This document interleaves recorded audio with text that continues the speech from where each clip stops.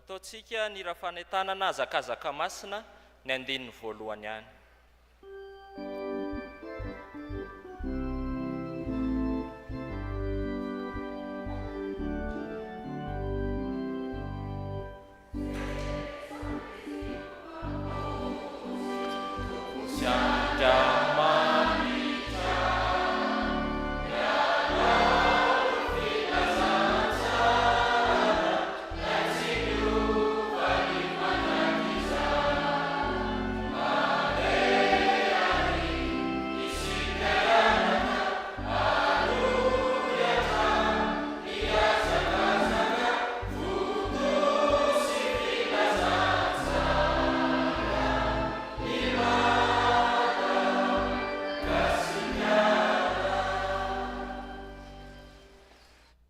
Ho aminareo anie ny fahasoavana sy ny fiadanana avy amin'ilay ankehitriny sy taloha ary ho avy. Amen. Anio alahady 9 ny volana febroary taona 2024. Alahady izay mbola hibanjinantsika ny lohahevitra manao hoe manambara ny asan'ny Tompo ny soratra masina. Anio ihany koa ry havana no alahady izay natokana maneran-sahana FJKM ho alahadin'ny Baiboly. Andeha ary isika hiaraka hideran'Andriamanitra amin'ny alalan'ny hira izay efa voalahatra.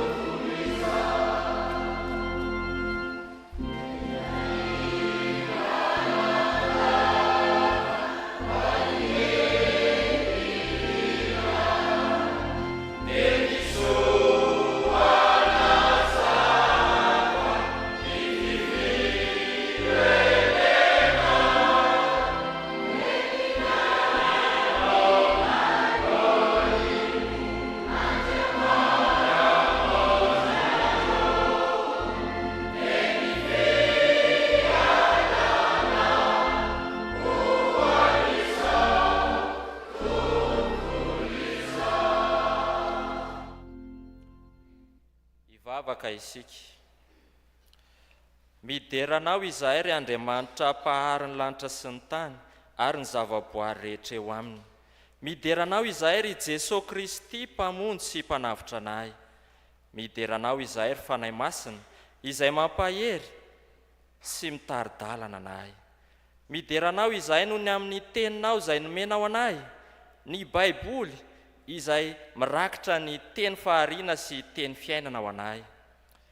Mideranao izahay miaraka amin'ny voary manontolo faly izahay miombona eto mankalaza sy manome voninahitra ny anaranao fa mendrika ao anao izany manota nefa izahay tompo mamelany elokay dia misaotra anao izahay ny amin'ny famelanao ny elokay amin'ny anaranao Jesosy Kristy tomponay amen.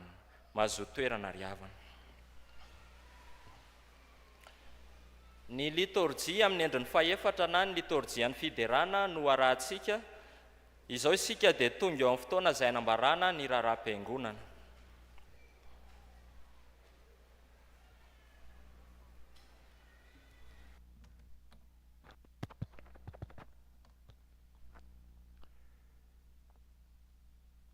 Rahampatsika rehetra indray amin'ny anaran'i Jesosy Kristy tompo amin'izao alahady faharoa amin'ny volana febroary izao alahady izay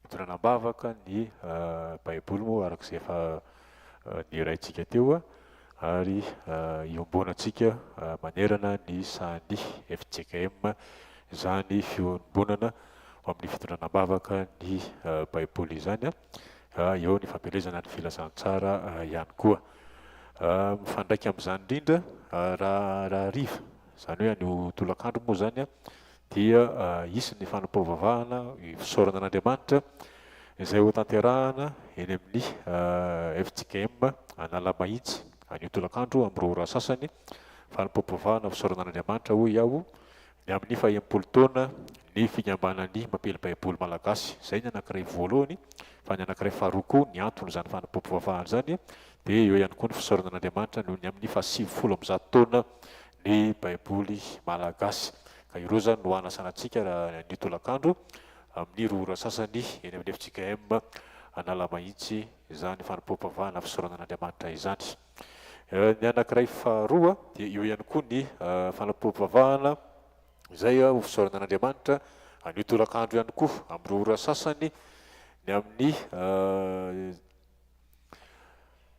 fisaorana an'Andriamanitra ny amin'ny faha-100 taona ny tranopirinty FJKM fantatsika loatra ny zany fananany FJKM izany dia nahatratra izay faha-100 taona izay ny tranopirinty FJKM dia hisaotra an'Andriamanitra isika ny amin'ny fananana an'izany tranopirinty izany eny amin'ny FJKM Tranovato Faravohatra no anaovana an'izany fanompoavavahana fisaorana an'Andriamanitra izay. Ireo zany fotoana roa lehibe roa sosina izay atrehana anio tolakandro mahakasika an'izay fisaorana an'Andriamanitra ny amin'ny zavatra maro samihafa izay.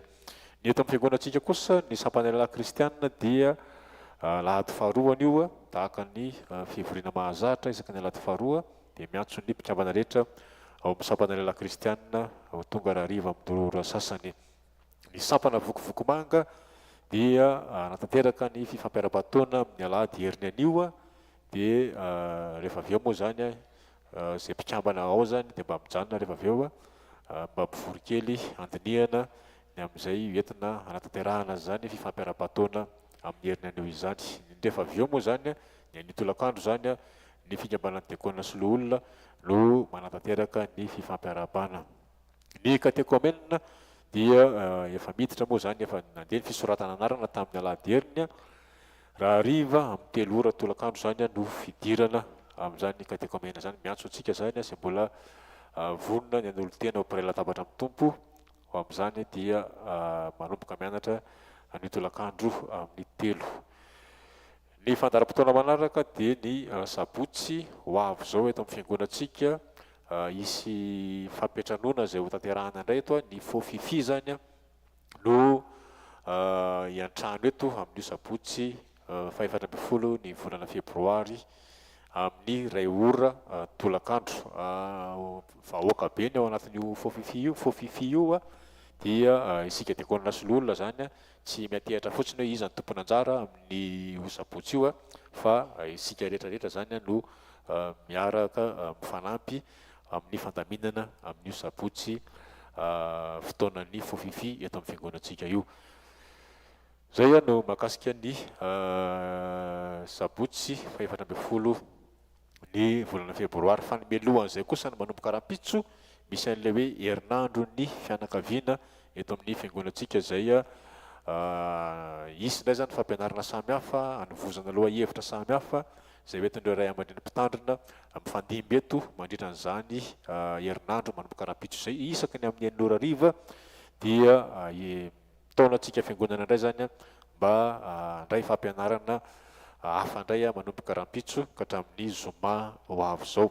Reto avy no fampianarana ireo ray aman-dreny mpitandrina zay anomehany zany fampianarana zany ho antsika manomboka rahampitso. Ny alatsinainy rahampitso zany dia eo ny lohahevitra ny amin'ny hoe fanorenana ny ankohonana asan'Andriamanitra. Ny mpitandrina endrin'ny nosy Rahalambomahia izay mpikambana ao amin'ny komite ny fiainam-pianakaviana no anatanteraka an'izany fampianarana izany. Ny talata kosa ny lohahevitra izay ho ampianarina dia hoe ny soratra masina mitaiza ny ankohonana sy mampianatra dia eo ny ray aman-dreny mpitandrina Randrianantenaina Lazandrainy Martin izay mpikambana ao anatin'ny komite ny fiainam-pianakaviana. Ny alarobia kosa dia ny ray aman-dreny mpitandrina Razafiny Arivo Fidson Maxime izay mpikambana ao amin'ny komite ny fiainam-pianakaviana no ampianatra ny amin'ny miravoravo amin'ny vady malalanao. Ny alakamisy 12 ny volana febroary kosa dia ny ray aman-dreny mpitandrina Ramatoa Trimozafidina izay filoham-panampy ao amin'ny komite ny fiainam-pianakaviana no ampianatra antsika ny amin'ny tanora manorina noaviny amin'ny soratra masina. Mamarana azy kosa dia ny ray aman-dreny mpitandrina antsika eto toerana ny randray aman-dreny mpitandrina Raniavasata Roger ny ampianatra antsika ny amin'ny hoe ny asan'Andriamanitra sy ny asa fiveloman'ny ankohonana. Ireo zany no mandrafitra n'izay fandaharam-potoana sy ny fampianarana izay ho toto-saina eto amin'ny fiangonantsika manomboka rahampitso ao anatin'izay le hoe herinandrony fianakaviana izay. Dia manasa antsika rehetra indray zany ho tonga no fahalalana ao anatin'ireo lohahevitra samihafa ireo. Ny asika 4 FK raha hariva dia mbola mitoy ny fisoratana anarana ho an'ireo izay maniry ny amin'ny hianatra teny angilisy sy hianamafy izany ary manomboka amin'ny roa sasany moa zany dia manasa antsika rehetra izay araka nambarako teo hoe hianatra sy hianamafy ny teny anglisy izay. Ny filazana manjoa dia amin'ny finoana sy ny fitsanganan'ny tena maty no ampandrenesinay anareo fa ny ava-malalanay Rary Nirina Voangy izay mpiandry sady diakônina Perinasa dia Notomandro Maly teo amin'ny 12 taona ary araka izany nambarako izany moa zany dia hoe mpiandry diakônina eto Perinasa, diakônina Perinasa izy. Raha hariva no anaovana ny famangina amin'ny 3 ora sasany no miala eto amin'ny fiangonana moa zany eny Anosy Be no mandeha ka raha misy avy hatrany tonga dia eny Anosy Be eny akaikin'ny FJKM Anosy Be fahazavana eo amin'ilay lalana miditra makany io dia eo zany afaka tonga dia eo koa mifanao fotoana amin'ny 4 ora fa zay aty amin'ny fiangonana moa zany dia miala aty amin'ny 3 ora sasany no anatanterahana zany famangina ny diakônina sady mpiandry eto amintsika izany. Fanamasinam-panambadiana ho tanterahana eto amin'ny fiangonantsika ny fanamasinam-panambadiany raha fanomezatsoa tolotry ny aina sy lovan'Andrianina Robson Chelia amin'ny sabotsy ho avy zao amin'ny 12 ora no anatanterahana zany fanamasinam-panambadiana izany ho aseho eo zareo rehefa avy eo dia zay no fotoana anaovana an'izany fanamasinam-panambadiana izay. Ao aorianan'izao filazana izay ataoko zao dia ho avy eto ny solotenan'ny komitin'ny fanorenana anentana antsika ny amin'ny famaranana ny herinandro ny fianakaviana ny amin'ny zoma 17 ny volana febroary isy ny famaranana izany izay ho tanterahana eto amin'ny fiangonantsika arak'izay nambarako teo ho avy eo izy rehefa avy eo fa milohan'izay dia miankavy anareo nareo roa izay atao fanamasinam-panambadiana amin'ny sabotsy ho avy zao mba hiakatra ety ho aseho amin'ny fiangonana tahaka an'izay efa fanaontsika.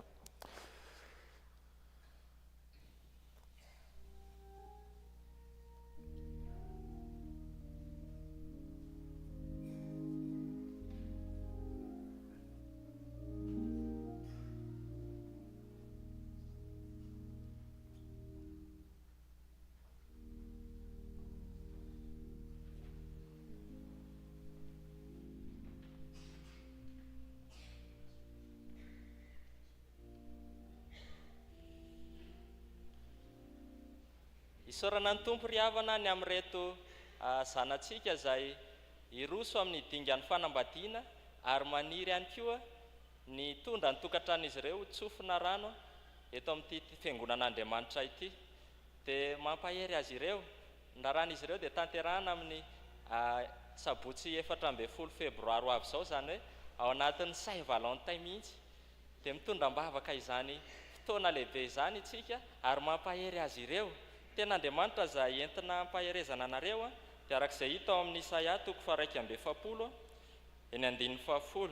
Vaky toy izao amin'ny anaran'ny Tompo manao hoe: aza matahotra ianao fa mombanao aho, aza merikerika foana fa izaho no Andriamanitra ao, mampahery anao aho sady mamonjy anao, eny mitantana anao amin'ny tanakavanan'ny fahamarinako aho. Amen. Andeha ry havana hitsangana isika fiangonana hitondram-bavaka izany raharan'izy roa izany. Hivavaka isika.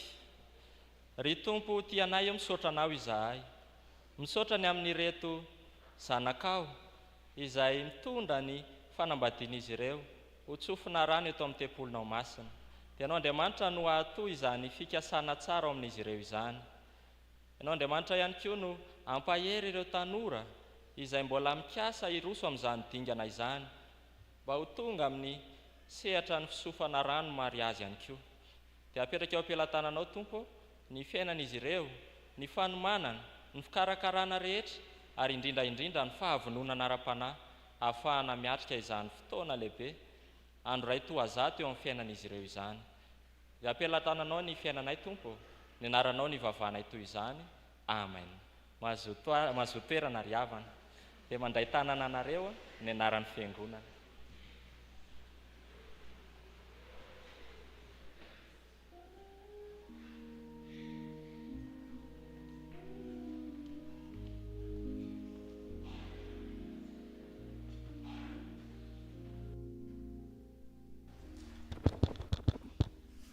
Ya, ny amaranako ny anjarako dia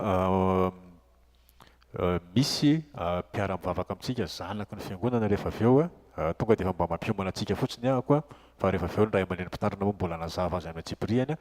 Araka ny fanaontsika dia rehefa tena misy zanaky ny fiangonantsika izay tena hoe ao anatin'ny tsy fahasalamana ka tena hoe tsy afa-manoratsony ny fianakaviana noho ny fitsaboana dia mifanampy isika ary zay mahafiangonana antsika zay nefa nitezanantsika mifanampy ao anatin'ny sarotra dia miomana ho amin'izany tsika rehefa avy eo zany fa hisy an'izay fanaovana tolo-tanana ho fanampiana ny fianakaviana izay manana tsy salama zanaky ny fiangonana izay dia rehefa avy eo araka nabaraka teo ny ray aman-dreny mpitandrina no hanazava azy amin'ny atsipiriany tao ary komitin'ny fandorenana.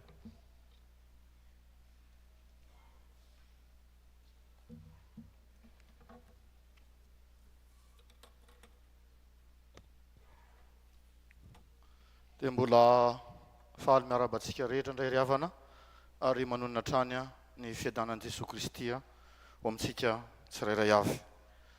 Araky ny hitantsika ao ambadiky ny fiangonanao dia mandeha ny asa fanorenana araka izay voalazan'iray aman-dreny mpitandrina ihany koa ary angatahana amin'Andriamanitra fa mety tsy ho ela dia ho afaka ampiasaina ny Re Jesosy eo ambany hoentina hitadiavam-bola ananganana ny riana manaraka. Ao anatin'izany dia tsy mitsahatra ny mikaroka ny hevitra rehetra ny komity amin'ny fampandehanana ny asa. Misy zavatra maromaro no efa volavolain'ny komity izay nivory tany Ambobao fa ny akaiky indrindra dia araky ny voalazan'ny mpitantsoratra teo hoe ny amin'ny zoma ho avy izao 13 febroary manomboka amin'ny 7 ariva.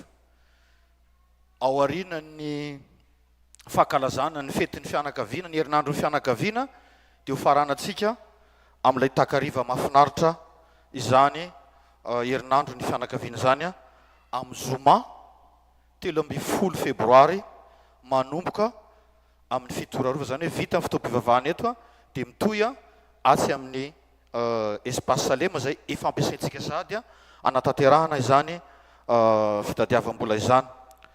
Inona no atao amin'izany 13 febroary zany?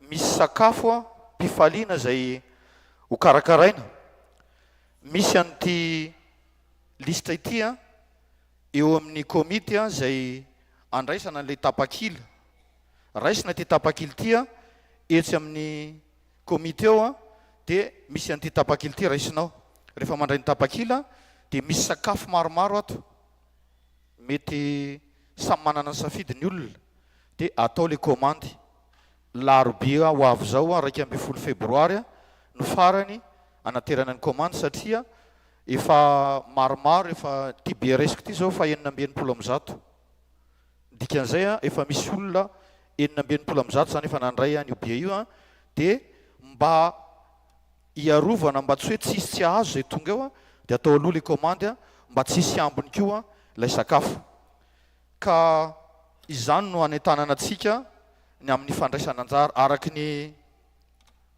fitaizany ray aman-dreny mpitandrina dia ny fanahin'ny fahafoizana no tanterahantsika tsy misy hoe ato misy komandy atao ato a dia tanterahana trany arak'izay voasoratra ato zany zay zavatra zay a satria somary nasiana tarifa kely zany le izy ny antony a mba andiniantsika hoe aiza ny zavatra tokony ataontsika dia atsona zany a itsika rehetra tanora izay afaka satria mba ezahana mba tsisy fandaniana zany le izy a dia atsonontsika tanora zay afaka mandray anjara any amin'ny sampanany a amin'ny fikarakarana satria ny fikarakarana io sakafo io zany a dia itsika ihany no anao azy a mba tsisy fandaniana be a fa mba ahafahantsika manatanteraka feno a le asa fanorenana zay rehetra azo amin'izany anio ariva amin'ny 3 tolakandro zany a dia misy fiofanana ho atsika zay maniry ifanometanana amin'ny fanatanterahana izany takariva mahafinaritra amin'ny amin'ny zoma ho avy zao a izany dia atsona itsika ny komity a ao amin'ny vavahady ao a mandray a atsika tsirairay avy a amin'ny izay andray ny tapakila sy anao ny komandy a ny sakafo a zay ho ataonao teo an'Andriamanitra irery a ny voninahitra tenin'Andriamanitra zay amaranako azy a teo amin'ny oabolana 12 andininy fa 420 ary zay le soratra ato anatin'ity tapakily ity mivaky toy izao amin'ny anaran'i Jesosy misy mahafoy nefa mitombo fananana ihany ary misy fatra-pahihitra loatra nefa tonga malahelo ihany ho an'Andriamanitra irery ny voninahitra amen.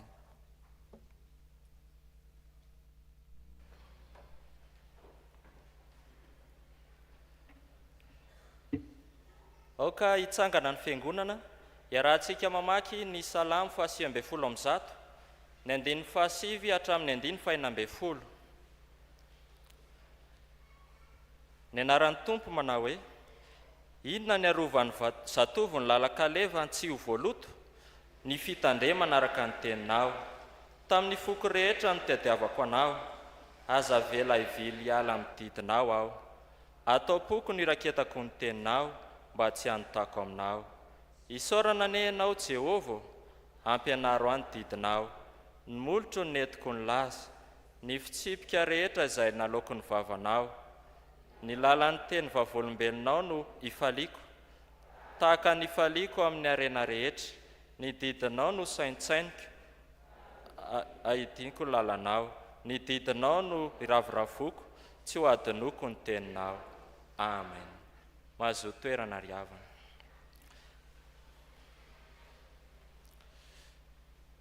Miroso amin'ny fotoana ho an'ny ankizy sy ny tanora isika ny tompon'anjara izay efa natateraka izany.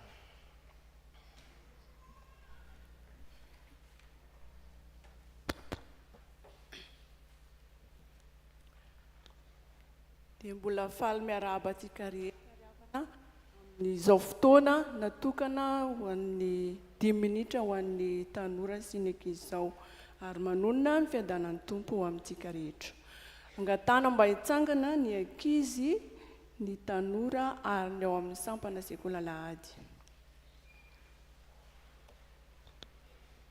Fahavakitsika. Andriamanitra misaotra anao izay satria mbola nomenao fotoana afaka mifampizarandray ny teninao amin'ity anio ity amin'ny alalan'ny 10 minitra ho an'ny ankizy sy ny tanora. Mampianaranay ianao Jesosy mba hametraka ny fotoananay eo aminao. Anaranao Jesosy nangatany ny vavaka. Amen.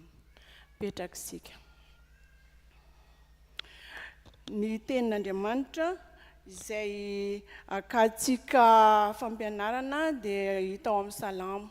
Salamo 7:20. Salamo 7:20. Rehefa samy nahitatsika dia rahantsika mamaky aminaran'i Jesosy hoe mampianaranay anisany andronay ahazonay fohendry. Averitsika hoe mampianaranay anisany andronay ahazonay fohendry. Misy tantara kely, sombin-tantara kely ravana no tomana lesona sakana fampianarana avy amin'izany tenin'Andriamanitra zany. Omentsika lohateny kely hoe izy ny fotoana. Isolo kely dia zazalahy kely 9 taona. Indray mandeha andro tsy fianarana io dia lasa izy ny antsony namany i Bema. Tsika hoe Bema zany ny anarany. Bema andao ilalao. Dia namaly azy Bema hoe tsy manam-potoana iarana milalao aminao androany isolo kely ka. Eny ary hoy izy Bema dia lasa izy no tany an-trano. Rehefa tonga tany an-trano izy nirahany reniny. Ndana ry isolo kely mba hividiano sira kely any amin'ny mpivarotra. Dia eny ry neny dia isolo kely moa zany tsy tia andeha irery any amin'ny mpivarotra dia nitaomany zokiny izy. Soa, ndao mba hiaraka amiko andeha hividy sira any amin'ny mpivarotra fa nasainy neny dia namaly azy ny zokiny hoe tsy manam-potoana fa andany ianao mandeha irery any ka. Dia eny ary hoy izy isolo kely. Rehefa niverina avy any izy nisy zavatra hitany zany izy nandeha tany iny dia andeha tantara amin'ny neniny izy zany hoe dia lasa izy nihazakazaka tany amin'ny reniny. Tiany sira ry neny fa misy zavatra tantarako amin'ny neny. Ka tamin'io fotoana indrindra neniny nisy olona nisy vahiny tonga zany. Orsola aoka aloha aza mbola manabatabana fa mbola tsy manam-potoana ianona anao dana aloha milalao any an-tokotany any. Dia lasa indray isolo kely nivoaka. Dia teo izy nandinika teo dia tonga dia ataoko ny entomodiko fa rehefa vita ny entomody rehefa kelikely ihany ve tsy manam-potoana iara milalao amiko ny Bema. Dia lasa izy nanao ny devoirany izy entomody io. Rehefa teo am-panaovana ny entomody izy tsy nisy tseny zany le entomody. Dia niazakazaka tany amin'ny rainy izy. Dado mba ampio kely fa tena misy tsy haiko le entomody. Dado amin'io efa eo ambony salon mijery télé sady eo an-tanana koa ny gazety. Orsolo kely ndana aloha mandeha fa tena mbola tsy manam-potoana hanampy anao anao devoir fa mba ataovy rery ao aloha ny devoir anao fa tena mbola mba reraka eo mba makamaka aina kely eto. Dia kivy isolo kely satria izay olona natony laza tsy manam-potoana taminy daholo. Tiany mody ngonongonona kely teo izy iza reny mba manam-potoana aiza no hividianako fotoana. Dia naheno an'izany le dadabe dia solo kanesa ty amiko fa manam-potoana iainanao inona ny olonao ry anaka. Dia niteny isolo kely nanatona olona efa efatra zao dadabe no natonoko dia tsisy manam-potoana amiko daholo. Aiza ny dadabe no mba mety misy fotoana hividianana azy. Dia nanazava taminy dadabe hoe ny fotoana anaka dia tsy mba vidim-bolo zany ary tsy azo varotana ihany koa. Mandalo vetivety eo amin'ny fiainan-janak'olombelona izy io dia miserana ary foana rehefa avy eo. Ary ny fotoana efa lany efa lasa dia tsy mba miverina intsony. Fa iray ihany anako ny tena tompon'ny fotoana dia tsy iza fa Andriamanitra rery ihany. Fa ny olona milaza tsy manam-potoana izy satria tsy mba maka fotoana amin'Andriamanitra. Izay zany ny amin'ny tantara kely fohifohy iny ry havana. Fa izao Ny valo Saady ny taona 520 efa taona 420 tsika izao. Raha tsy teny afa-tsy ny 520 ihany dia nanana fotoana lavintsika nomen'Andriamanitra antsika. Firy andro moa izay raha ataony totaliny 523 andro. Raha mipetraka ny fanontaniana hoe nandritra n'iny zao tsika zao efa février nandritra n'iny taona 520 inona no tena mba tena nandanitsika ny fotoanantsika. Samy mba mandinika tsika tsirairay inona nandanitsika ny fotoanantsika. Azadino nefa tandremo fa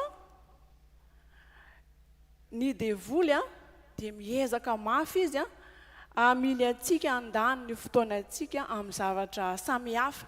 Mety hasodoka, mety haliana nefa tsy hahasoantsika akory.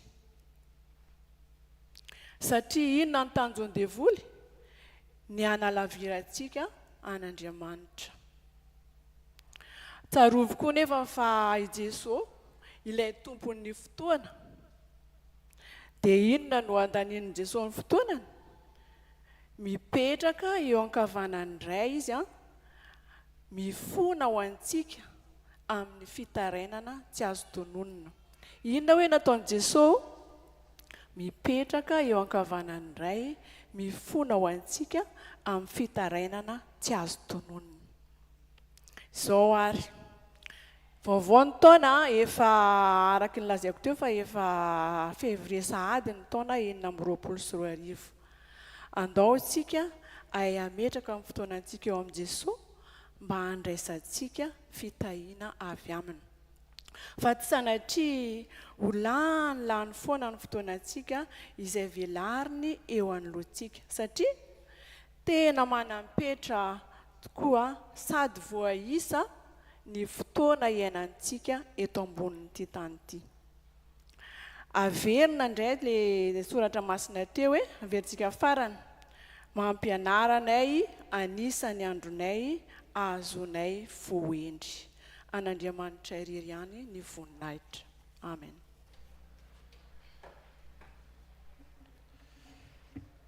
Tonga eo amin'ny fotoana izay natanterahana ny vavaka sy ny famakiana ny soratra masina isika. Mialohan'ny akaran'ny tompony anjara dia ny hira 700 ny andiny voalohany ny iraitsika.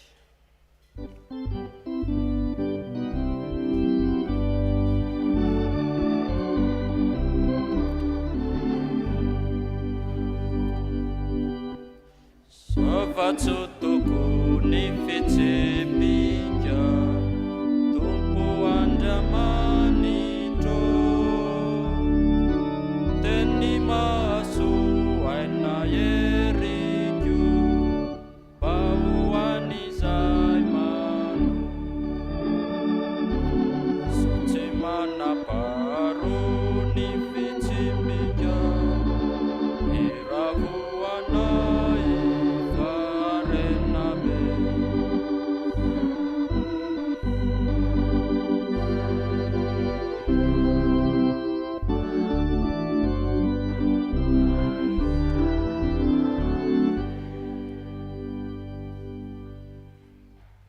Iaraka maky sy iaino ny tenin'ny soratra masintsika. Izany dia hitantsika ao amin'ny Salamo 7:30 andininy voalohany ka hatramin'ny faha 1:10. Lioka 4 andininy faha 7:30 ka hatramin'ny faha 1:20. Petera voalohany 1 andininy faha 2:20 ka hatramin'ny faha 5:20. Angataka ny fanahy masintsika hanazava ny teny ao anatin'ny fo sy ny saintsika, hivavaka isika. Tompo, misokatra eo anatrehanao ny fonay handray ny teninao. Misaotra anao izay Andriamanitra tianay, fa omenao anay indray ny teninao. Tompo, raha tsy ianao no manazava dia miazakazaka foana izahay, koa mangataka ny fanahinao, hanokatra ny masom-panahinay, ahitanay zava-mahagaga indray amin'ity anio ity ao anatin'ny teninao. Amin'ny anaranao Jesosy Kristy no novanay izany vavaka izany. Amen. Ny teny rehetra dia hovakitsika amin'ny anaran'i Jesosy. miobe ho an'i Jehovah ianareo olo-marina, fa miendrika ataon'ny olo-mahitsy ny fiderana. Miderahany Jehovah amin'ny lokanga, mankalaza azy amin'ny valitorofolo, mirafy iram-baovao azy, mitendre tsara amin'ny feo fifaliana. Fa mahitsy ny tenin'i Jehovah, ary ny asany rehetra dia matoky avokoa. Tia famarinana sy rariny izy, enika ny famindrapon'i Jehovah ny tany. Ny tenin'i Jehovah no nanaovana ny lanitra, ary ny fofinain'ny vava no nanaovana ny amarony rehetra. Mampiavosany rano eo an-dranomasina, ho toy ny atotan-javatra izy, mitahiry ny rano lalina ao amin'ny trano fitehirizana izy. Aoka atahotra an'i Jehovah ny tany rehetra, aoka angovotra eo anatrehany ny mponina rehetra amin'izao tontolo izao. Fa izy ny teny dia ary izany, izy ny nandidy dia ny toetra mafy izany. Jehovah mahafoana ny fisainan'ny firenena samihafa, mahatsinotsinona ny hevitry ny olona izy. Ny fisainan'i Jehovah maharitra mandrakizay, ny hevitry ny fony mahatratra ny taranaka faramandimby.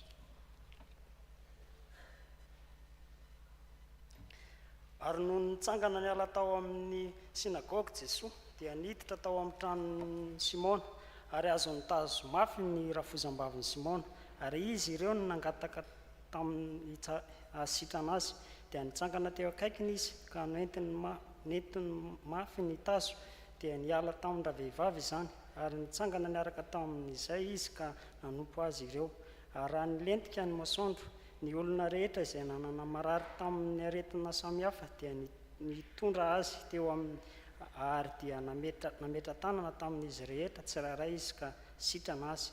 Ary nisy demonia nivoaka tamin'ny maro ka niantso hoe ianao ny zanak'Andriamanitra, nefa norarany ireo ka tsy navela ny teny satria nalala azy ho Kristy.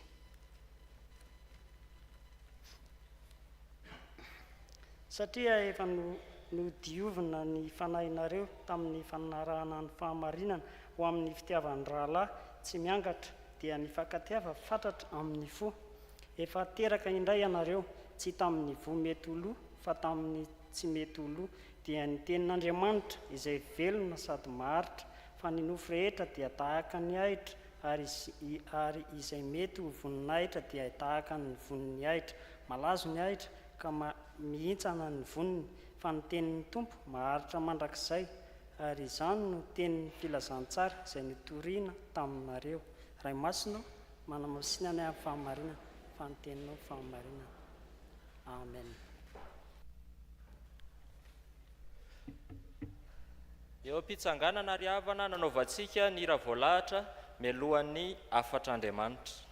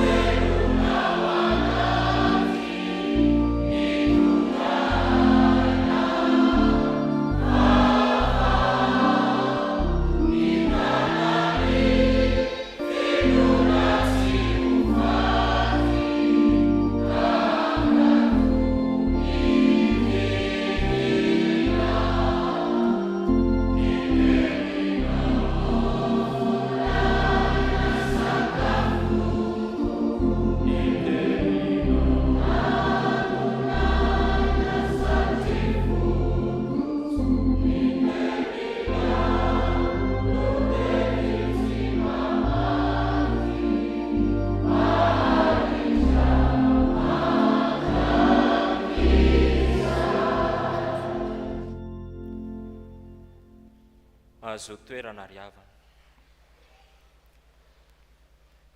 Koa satria moa ry havana ny litorjian'ny fiderana no arahantsika, isaky ny fizarana ao anatin'ny toroteny dia elanelanina hira ny atoko-pihira. Izao zany dia hira vetrany ny tompon'anjara amin'ny atoko-pihira voalohany.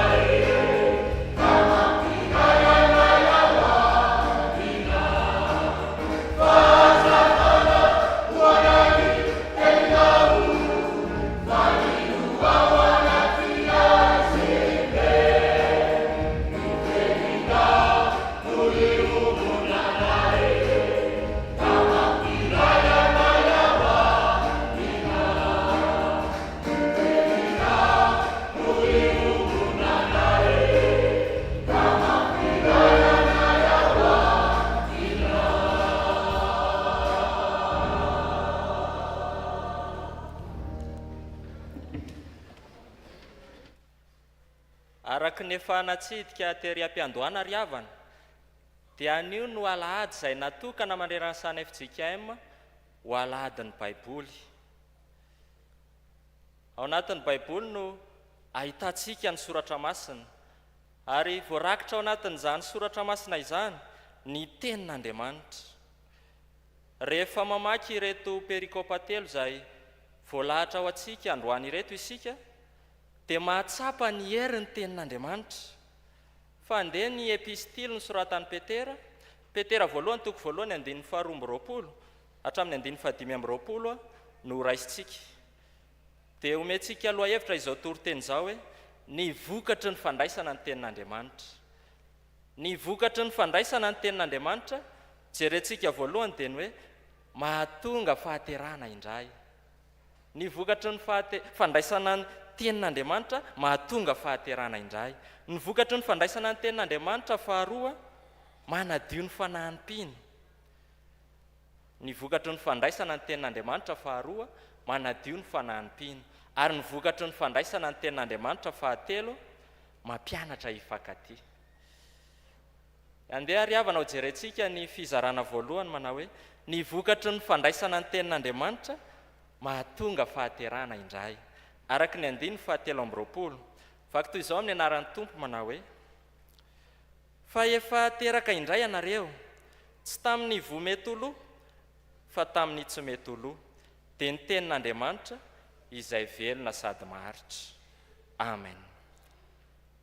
Ny teny hoe teraka indray eto ry havana, rehefa jerentsika ny baiboly dika teny fototra, dia entina ilazana fiandohana fiainana vaovao tanteraka hafa noho ny taloha. Dia io ilay fiainam-baovao avy amin'Andriamanitra, izany hoe fiainam-panahy. Ka amin'ny fotoana izay andraisan'ny olona ny tenin'Andriamanitra, ilay vo tsy mety oloha, dia amin'io fotoana io dia tonga ny fahaterana indray ao amin'Andriamanitra izy. Ny fahaterana indray izay raisina indray mandeha, fa ny vokatry ny fahaterana indray kosa dia maharitra mandrakizay eo amin'ny fiainam-piny. Eo anatrehan'izany ry havana dia zavatra anankiroa no tsy azo adinoantsika. Voalohany dia ny hoe tsy mahay mandray ny tenin'Andriamanitra ny olona iray, raha tsy ny fanahy masina no manazava sy mampianatra azy, azony mandray tsara izay tia ny tenin'Andriamanitra ambara aminy. Izany hoe ny fanahy masina no mitarika ny olona ho amin'ny fandraisana ny tenin'Andriamanitra, ka tonga fahaterana indray ao aminy. Izany no mahatonga antsika isaky ny mialohany hamaky soratra masina dia mivavaka aloha mangataka ny fanatrehana sy ny fitarihan'ny fanahy masina. Fa raha tsy manao izany isika dia mitovy amin'ny mamaky ny boky rehetra ihany ny famakiantsika ny baiboly. Fa ny faharoa ry havana, maharitra mandrakizay ny tenin'Andriamanitra. Ny tany sy ny lanitra ho levina, fa ny tenin'Andriamanitra tsy mba ho levina. Ka ho tonga maharitra mandrakizay tahaka ny tenin'Andriamanitra ihany koa ny olona izay mandray ny tenin'Andriamanitra. Toy izao ny fahasamihafana. Ny tenan'ny olona izay mbola tsy nandray ny tenin'Andriamanitra dia mbola miaina ao anatin'ny fahalovana, toy ny fitiavan-tena, fitiavam-bola sy ireo karazam-pahotana maro samihafa misy etỳ amin'izao tontolo izao. Ianao izany raha ohatra hoe mahatsapa hoe mbola misy fahotana tsy fonao, mbola tehirizina, mangejana, dia mbola ilay tena ny nofo izany no manjaka ao anatinao. Ilay maizy azy ny olona, ilay ny lovana avy tamin'ny Adama, ilay mety oloha. Izany mbola manjaka ao amin'ny tenan'ny olona mbola tsy nandray ny tenin'Andriamanitra. Tsy hita taratra eo amin'ny fiainanao mihitsy ilay fahaterana indray. Fa izay nateraka indray ao amin'ny Kristy, amin'ny alalan'ny tenin'Andriamanitra kosa, ilay maharitra mandrakizay, ilay tsy mety oloha, dia aharitra mandrakizay tahaka ny tenin'Andriamanitra izay velona sady maharitra. Hoy i Paoly apôstôly ao amin'ny Korintiana voalohany toko 5:12, ny 7:50 sy ny 4:50 hoe fa ity mety oloha ity dia tsy maintsy hitafony tsy fahalovana, ary ity mety maty ity dia tsy maintsy hitafony tsy fahafatesana. fa rehefa mitafiny tsy fahalozana ity mety loha ity ary mitafiny tsy fahafatesana ity mety maty ity dia ho tanteraka ilay voasoratra hoe ny fahafatesana ny resena kalevona. Ny olona manaiky ho ateraka indray amin'ny tenin'Andriamanitra ry havana dia afaka amin'ny fahalovana, tafafindra hiala amin'ny fahafatesana ho amin'ny fiainana, dia ilay fiainana maharitra mandrakizay. Amin'ny mahaladin'ny Baiboly ny androandroany dia mampatsiaro antsika ny tenin'Andriamanitra fa tsy ilay Baiboly amin'ny boky azy iny akory ny mahavonjy antsika, ananantsika antoka ny mahamandrakizay antsika, fa ny teny soratra masina izay voarakitra ao anatiny, izay vakiantsika, enoantsika, toriana amintsika eo ambany fitarihan'ny fanahy masina, mahatonga fahateraham-baovao anatintsika. Izany no andraisantsika ny fahasoavana dia Jesosy Kristy ilay maty ho famonjenantsika. Ianao izay nandray ny tenin'Andriamanitra, misitraka fahaterahana indray, meteza ho diovy ny tenin'Andriamanitra. Anatanteraka ny anjara hirany ny atoko-pihira.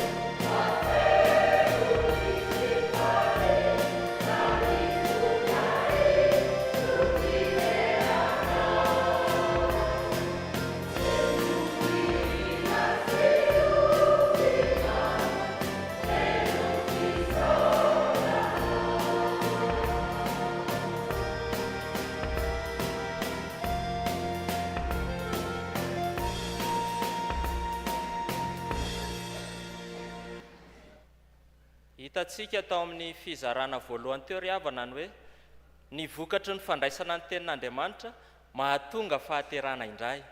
Izao kosa isika dia hijery ny fizarana faharoa dia ny hoe ny vokatry ny fandraisana ny tenin'Andriamanitra manadio ny fanahy-pino. Araka ny andininy faharoa amby roapolo tapany voalohany manao hoe satria efa nidiovinareo ny fanahinareo amin'ny fanarahana ny fahamarinana. Ny teny hoe satria eto ry havana dia milaza amintsika fa misy fitohizany amin'ny teny izay voalaza eo ambony ity resaka eto ity. Inona moa ilay teny izay voalaza eo ambony? Eo amin'ny andininy faha-raika amby roapolo i Petera dia miresaka ny amin'ny finoana ny fitsanganan'ny tenany maty izay iorenan'ny fanantenany mino ao amin'Andriamanitra. Araka izany, manomboka eto amin'ity andininy faharoa amby roapolo ity no anazavany Petera ny antony mahatonga ny mpino anana fanantenana an'Andriamanitra amin'ny fananganan'ny tenany maty sy ny fiainana mandrakizay. Ny fanontaniana mipetraka eto dia hoe nahoana isika mpino ny manana fanantenana an'Andriamanitra fa izy tokoa no anangana antsika amin'ny maty rahatrizay ary hanome antsika ny fiainana mandrakizay. Ny valiny dia ny hoe satria efa nidiovintsika ny fanahintsika tamin'ny fanarahana ny fahamarinana. Inona moa ilay fanarahana ny fahamarinana izay lazaina eto? Io ilay ambaran'ny Baiboly dika teny iombonana eto Madagasikara manao hoe fampianarana maro-potitra. Izany hoe ny fankatoavantsika ny tenin'Andriamanitra izay toriana sy ampianarina amintsika isan'andro. Io no mahatonga antsika anana fanantenana fa tsy diovin'Andriamanitra isika, ananantsika fanantenana an'Andriamanitra fa izy no anangana antsika maty rahatrizay ka hanome antsika ny fiainana mandrakizay. Izany nahatonga ny Petera ny teny eto hoe efa nidiovinareo ny fanahinareo. Ny teny hoe manadio fanahy izay ambaran'ny Petera eto dia ilay fanaisorana ny faky sy ny loto, manaratsy endrika, manavesatra ny ao anatintsika ao. Tsy hahafahantsika mifandray tsara amin'ny mpiarabelona ary tsy hahafahantsika mifandray tsara amin'Andriamanitra. Rehefa ratsy fifandraisana amin'Andriamanitra amin'ny alalan'ny vavaka sy ny famakiana soratra masina ny olona anankiray dia mora latsaka ao anatin'ny velam-pandriky Satana toy ny fitsangajangana, ny fidorohana zava-mahadomelina, ny fanompo-tsampy sy ireo karazam-paharatsiana maro samihafa. Amin'izao vanim-potoana iainantsika izao dia misy ilay fanompo-tsampy amin'ny fomba moderna dia ny teknôlôjia toy ny Facebook, eo ihany koa ny intelligence artificielle, lasa miankin-doha amin'ny saina voatr'olombelona ny olona ka tsy afaka intsony mampiasa ilay saina nomen'Andriamanitra azy. Ny jeux vidéo sy ireo zavatra maro samihafa lasa sampy ho antsika ireny rehefa tsy voafehantsika ny fampiasana azy. Ka ny afaka antsika amin'ireny no anadiovan'ny tenin'Andriamanitra antsika. Araka izany, ny fandraisana ny fampianaran'i Jesosy Kristy ho lesona no mitondra fanadiovana eo amin'ny tenany mpino. Izany hoe manadio ny olona amin'ny alalan'ny tenin'ny Tompo. Dia hoy Jesosy ao amin'ny Jaona 5:20 ny andininy 7 manao hoe efa madio rahateo ianareo no ny teniko izay nolazaiko taminareo. Fa rehefa nodiovintsika ny fanahintsika tamin'ny fanarahana ny tenin'Andriamanitra dia tonga olona afaka isika. Tsy mitahiry fahatezerana amin'ny hafa intsony, tsy mitana alahelo amin'ny namana, amin'ny havana, amin'ny mpiarabelona. Fa madio fo amin'ny olona rehetra, vita fihavanana amin'Andriamanitra, tsara fifandraisana amin'Andriamanitra. Jesosy Kristy ilay teny tonga nofo ka niara-nonina tamintsika. Rehefa nandrain'i Jesosy Kristy ilay teny tonga nofo ho tompo sy mpamonjy ny fiainantsika isika dia azo antoka fa nidiovin' Jesosy ny tenantsika, nidiovin' Jesosy ny fanahintsika. Ny olona manaraka sy mankatoa ny tenin'Andriamanitra dia mahita fiovana mivaingana eo amin'ny fiainana. Ekeo ary havana ny voalaza ny tenin'Andriamanitra anadio anao dia ho hitanao fa ho tsara fifandraisana amin'ny olona ianao ary indrindraindrindra ho tsara fifandraisana amin'Andriamanitra. Ampy ny fampianaran'i Kristy ho amin'ny fampibebahana sy fanadiovana ary ny fanasorana ireo toetra tsy mendrika rehetra tsy araka ny sitrapon'Andriamanitra. Ianao izay efa nisitraka ny fanadiovana avy amin'ny tenin'Andriamanitra ary menara amin'ity. Anao ny anjara hirany ny ataoko be hira.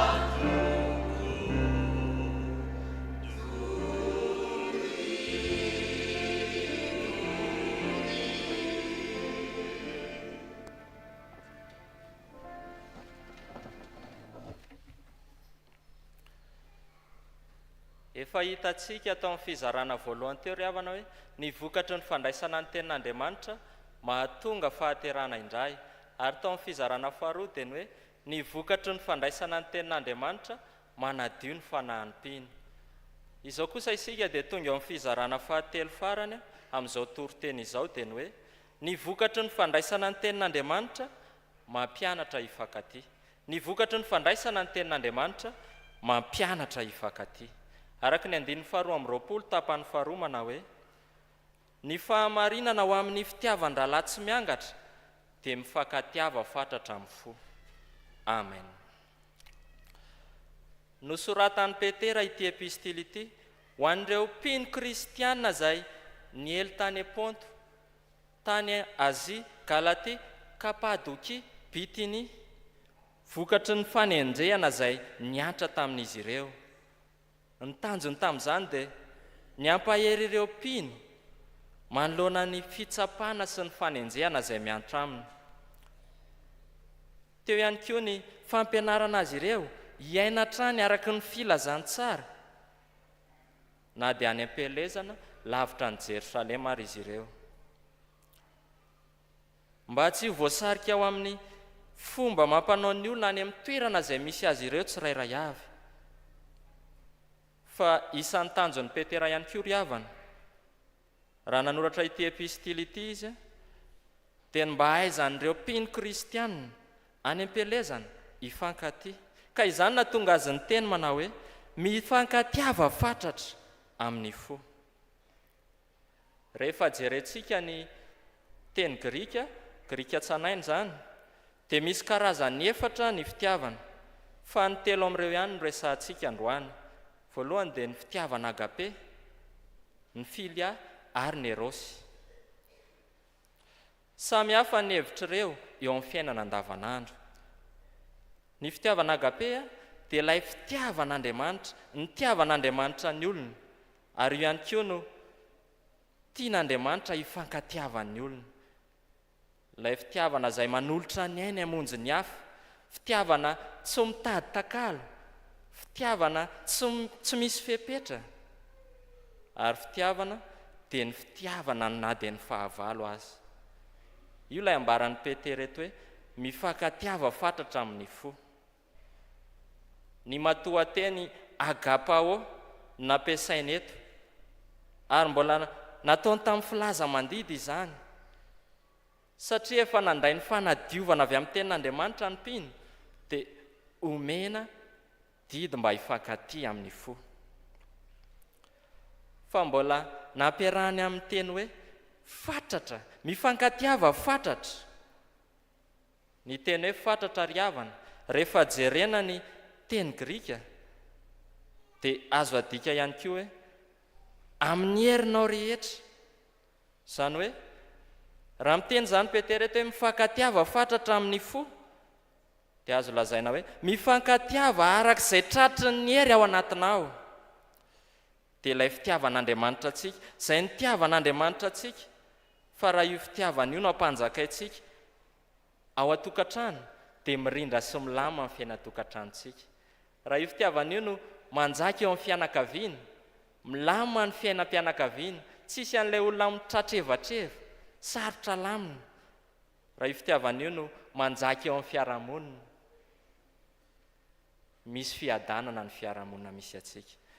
Raha io no manjaka ty am-piangonana, tsy misy ny adi-piangonana, tsy misy fivakisana ny fiangonana. Ary raha io no manjaka eto amin'ny firenena, ho tonga paradisa ity Madagasikara antsika ity. Dikan'izany ry havana dia mbola misy tsy miaina araka an'io fitiavan'Andriamanitra io ny olona, ary be da be ny olona mbola tsy miaina araka izany. Fa isika kosa iaino ilay fitiavana agape, mifankatiava fatratra amin'ny fo. Fa ny fitiavana anankiray faharoa izay hitantsika dia ny hoe fitiavana filia. Indray dia fitiavan'amana, fitiavan'ny mpiray tam-po. Io fitiavana io dia fitiavana tsy miangatra, tsy mihatsara velatsia. Io ilay ambaran'ny Petera eo hoe fitiavan-drahalahy tsy miangatra. Ny teny hoe fitiavan-drahalahy eto dia ambara amin'ny teny Grika hoe Philadelphia, izay azo avy amin'ny teny anankiroa, ny filia midika hoe fitiavana, ary adelphos midika hoe mpirahalahy. Ny fifankatiavan'ny mpirahalahy, fifankatiavan'ny mpianakavin'ny finoana, izay ny tiany Petera apôstôly atongavana eto. Toy izao mantsy ny zava-nisy tamin'izany. Rehefa niara-ny fanenjehana ny mpino kristianina, dia samy nandeha nanao izay namonjena ny tenany aloha, ka zary lasa adino ny fisian'ny hafa. Ka izany no natonga ny Petera niantso amin'ny fifankatiavana ho amin'ireo mpianakavin'ny finoana izay tena iray ao amin'ny tompo ireo. Nisy ihany koa anefa ireo nahalala ny tsinjon'ny rahalahy ihany,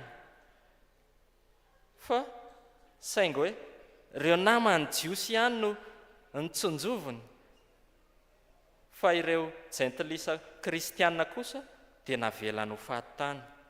Ka izany na tonga ny Petera nanao hoe ny fifankatiavan'ny mpirahalahy ampanjakao, ny fifankatiavana amin'ny mpianakavy ny finoana no tiany Jesosy Kristy anjaka, ampanjakao aminareo.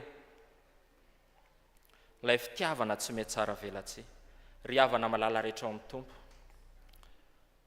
Mahaiza mitsinjo ireo rahalahinao, havanao, mpiarakavy ny finoana aminao. Izay sahirana, tsy mahita ny aniko hanina, tsy mahita izay arapaka isan'andro. Amalady ny Baiboly ny androandroany ry havana, izay fotoana hifantohantsika ho amin'ny fanapariana ny tenin'Andriamanitra, amin'ny alalan'ny fanampiana ireo mpino kristianina avantsika any ambanivohitra any, izay mangetaeta ny anana Baiboly ho vakiana isan'andro, mba azony ihany koa misitraka ilay vokatry ny tenin'Andriamanitra, kanefa tsy manana fahafahana. Andeha ho ampitsika izy ireny ry havana. Misy an'ity valopy ity izay avy amin'ny fikambanana mpiara-mamaky ny Baiboly, mampihely Baiboly, izay nivasaraina ho atsika, dia ataovy ao arak'izay azony tananao atao ho fanampiana amin'izany fampielezana ny tenin'Andriamanitra izany. Fa ny farany dia ny fitiavana Erosy, ilay fifankatiavan'olon-droa, ilay fitiavana ara-nofo, ara-pihetsepo, izany hoe ny filan'ny nofo sy ny fihetseham-po no mibahana. Hany ka miredareda ilay fitiavana satria mifototra amin'ny faniriana sy ny hatsaran'ilay olon-tiana. Tiako izy satria manam-bola, tiako izy satria tsara tarehy, tiako izy satria manana moto, manana fiara. Fa rehefa tsy eo intsony ilay antony itiavan'ilay olona tiany, dia maty miaraka amin'izay ihany koa ilay fitiavana miredareda. Tsy hita ao amin'ny testamenta vaovao ry havana ny teny hoe Eros, fa ny boky ny tononkirany Solomona kosa dia miresaka misimisy kokoa ny amin'izany, izany hoe fitiavana mirehatra eo amin'ny fiarahan'ny olon-droa mpivady izany.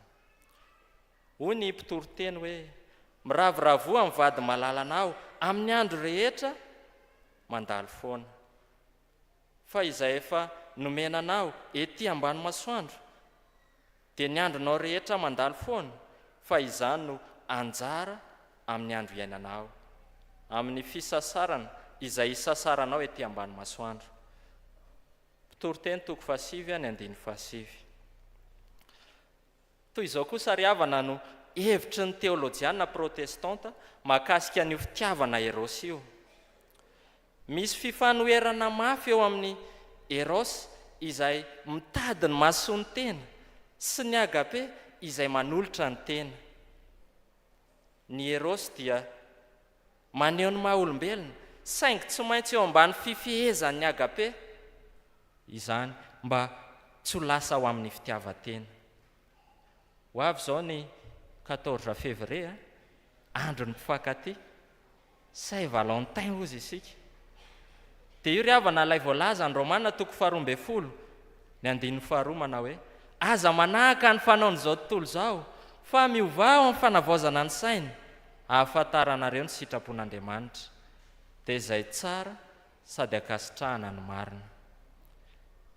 Ny firaisana ara-nofo ry havako aby dia natokana ho amin'ny mpivady ara-dalàna irery ihany.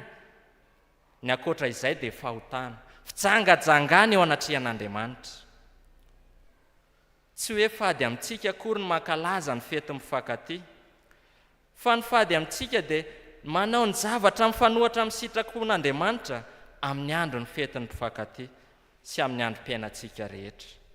Ka mahaiza mifety ena ianao ary aza manahaka ny filahana ara-nofo, fa ho ratsy ny fihafalan' izany. Rehefa samy ankalaza ihany dia aleo aty am-piangonana ny mankalaza izany, fa tsy eo amin'izao tontolo izao. Misy ny herinandro ny fianakaviana izay manomboka raha-pitso dia anasana antsika rehetra tsy hankanavaka ampianarana antsika ny amin'izany hoe fiainana ao tokantrano, fiainany mpivady, fiainany ankohonana. Misy ihany koa ny fotoana amin'ny zoma izay nanentanana antsika teo, ilay takariva ny mpianakavy, dia anasana antsika andray anjara mavitrika ho amin'ny fanohanana ny asa fanorenana izay ataon'ny fiangonana. Ary eo ihany koa ry havana ny fotoana amin'ny 14 février izay karakarainy ny fohy be fifoazana izay tanterahany eto amin'izao fiangonana misy atsika izao, dia ny fofifi. Dia tsy isika naterakira indray kory ny laza hoe tsy mahay mandiha, fa tongava mamonjy an'ireny fotoana ireny, anovozanao zavatsoa, ianaranao miaina araka ny sitrapon'Andriamanitra. Eto am-pamaranana ry havana, raha fitinina izay rehetra voalaza tamintsika teo, ny vokatry ny fandraisana ny tenin'Andriamanitra voalohany dia ny hoe mahatonga fahaterana indray. Ny vokatry ny fandraisana ny tenin'Andriamanitra faharoa, manadio ny fananim-pina. Ary ny vokatry ny tenin'Andriamanitra fahatelo, mampianatra hifankatia. Raiso ny tenin'Andriamanitra, ahatonga fahariana vaovao anatinao ary hitondra aina ho anao. Dia ho an'Andriamanitra irery ny voninahitra. Amen. Nao ny anjara hira farany, ny atoko-pihira izay tompony anjara.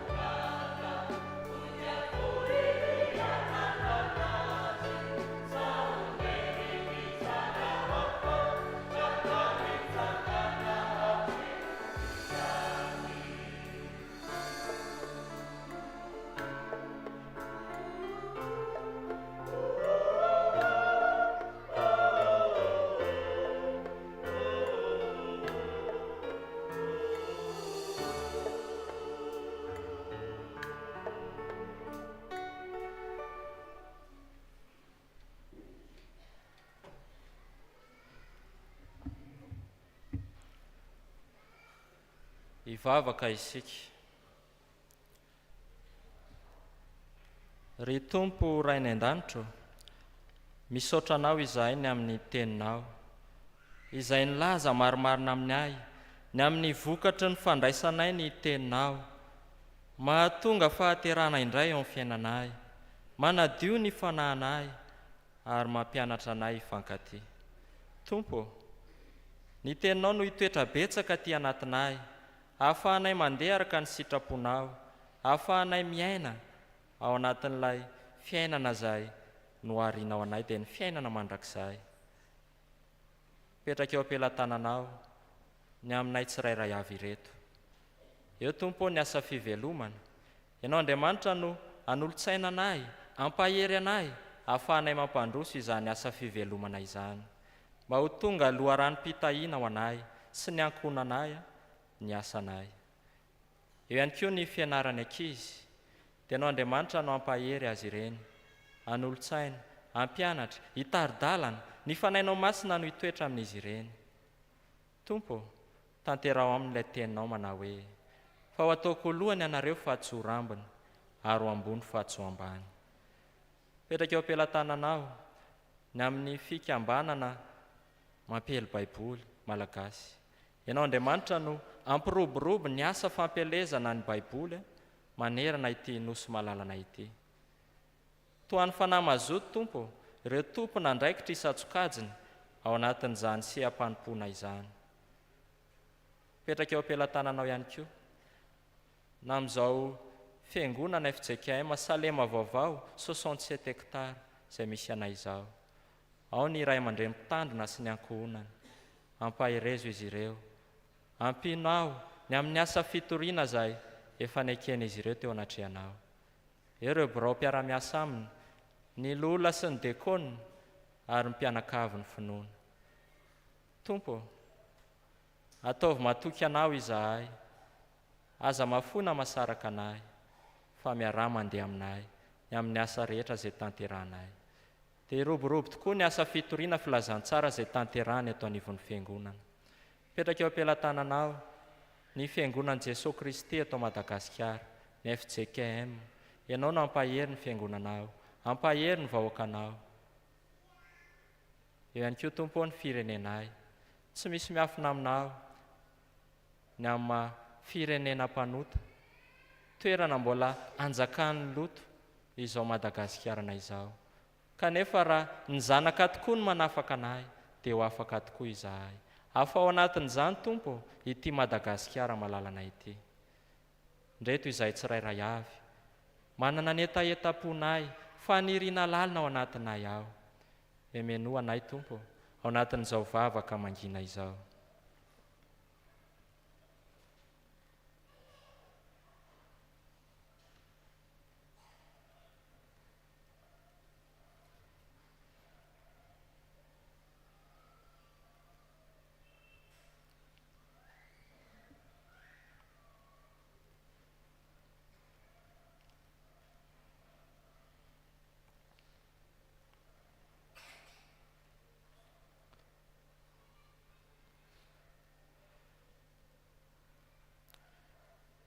Ry Tompo tianay, misaotra fa mpiaino vavaka ianao, ary mino izahay fa ny vavaka izay nasandratra eo anatrehanao dia noenonao ary hovalianao. Ary ny vavaka ito Tompo dia ampiarahanay amin'ilay vavaka nampianarinao ny mpianatrao fa izay manao hoe: Rainay izay any an-danitra, ho amasinina ane ny anaranao, ho tonga ane ny fanjakanao, atao ane ny sitraponao ety an-tany tahaka ny any an-danitra. Meonay io ny alina sahaza ao anay, ary mamelà ny elokay tahaka ny amelanay izay meloka taminay. Ary aza mitondra anay ao amin'ny fakapanahy, fa manafahanay amin'ny ratsy, anao ny fanjakana sy ny hery ary ny voninahitra mandrakizay. Amen.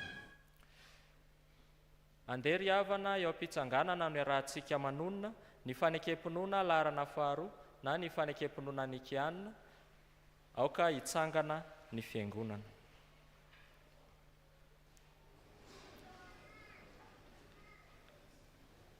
Iarahantsika manonona ny fanekem-pinoana nikianina manao hoe: isika mino an'Andriamanitra ray tsy to mpanao ny lanitra sy ny tany, ary ny zavatra rehetra na ny hita na ny tsy hita, ary an' Jesosy Kristy tompo iray, zanaka lahatokanaandriamanitra, nateraky ny ray talohan'izao rehetra izao, ny mazava avy amin'ny mazava, Andriamanitra tokoa avy amin'Andriamanitra, nateraka fa tsy natao, miray amin'ny zavatra rehetra, izy nahariana izao tontolo izao, noho ny amintsika olombelona, sady ho famonjenantsika, dia nidina avy tany an-danitra izy, ary nataony fanahy masina nofo avy tamin'ny Maria Virjiny, dia tonga olona izy. Nombona teo amin'ny hazo fijaliana ho fanavotana antsika tamin'ny nanapahany Pônty Pilato izy. Maty izy ka nalevina, nitsangana tamin'ny maty tamin'ny andro fahatelo, arak'izay voasoratra izy. Niakatra ho any an-danitra izy, ary mipetraka eo an-tanakavanany iray. Avy any leviany indray amin'ny voninahitra, hitsara ny velona sy ny maty, ary mandrakizay ny fanjakana. Isika mino fanahy masina, tompo sady mpanome aina, izay avy amin'ny ray sy ny zanaka, ka hitsaona sy ankalazaina miaraka amin'ny ray sy ny zanaka. Izy dia niteny tamin'ny vava amin'ny mpaminany. Isika mino fiangonana iray, masina, miorina amin'ny fanambarany apôstôly, ary manerana izao tontolo izao. Isika manaiky ny batisa iray ho fangalan-keloka, sady manantena ny fitsanganan'ny maty, ary ny fiainana mandrakizay. Amen. Mahazo toerana ry havana.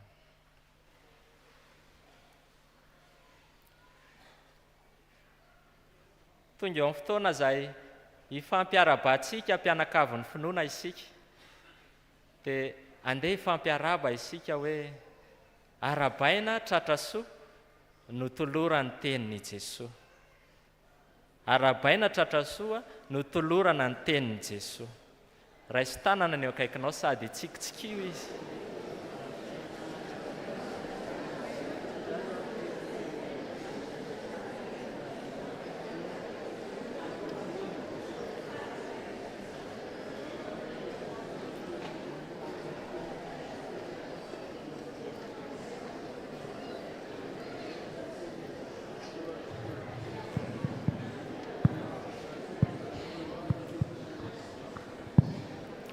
Eny ary vitsy zay fa iroso amin'ny famakiantsika soa azafady.